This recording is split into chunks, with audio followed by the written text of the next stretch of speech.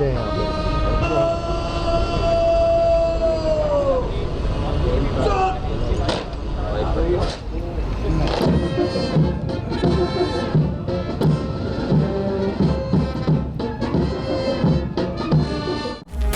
ټول ملک کې یوم دفاع نن جوش او جذبې سره مانځلی شي. د ورځې آغاز وفاقي سرخار کې 11 او صوبایي سرخارونو کې 21 توپو سلامای سره شوی. د یوم دفاع حوالې سره ملکی خصوصي پروګرامونه هم روان.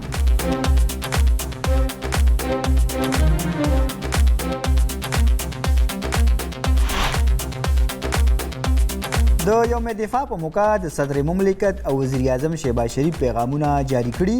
پاکستان په خطه کې د امن او امان او استحکام خواهشمند دی. د صدر مملکت آصف علي زرداری وینا وزیر اعظم شهباز شریف وایي د پاکستان په تاریخ کې 8 سپتمبر ډیر زیات اهمیت لري. د شهیدانو د قربانو له وجې موږ نن آزاد ژوند تیرو.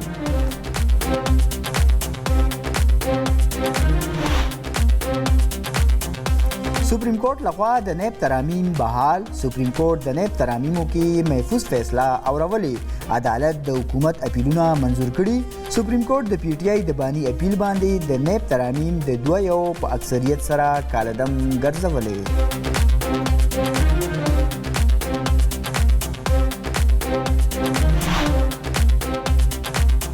پیښور کې د پایو په قیمت کې لوی اضافه. خار کې د پایو کې 60 روپۍ د لیټر په سر زیاتوالی شوی.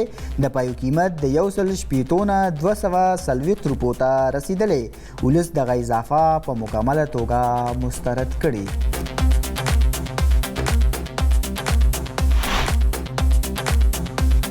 اسلام آباد کې 14 کاله پس د پولیو کیس ریپورت. په یو ماشوم کې د پولیو وایرس تصدیق شوی.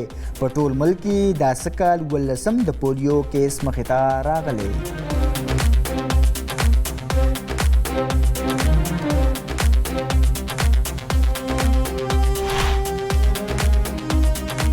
او د موسمیاتو محکمې لخوا ټول ملک کې د باران وریدو پیشنګویي.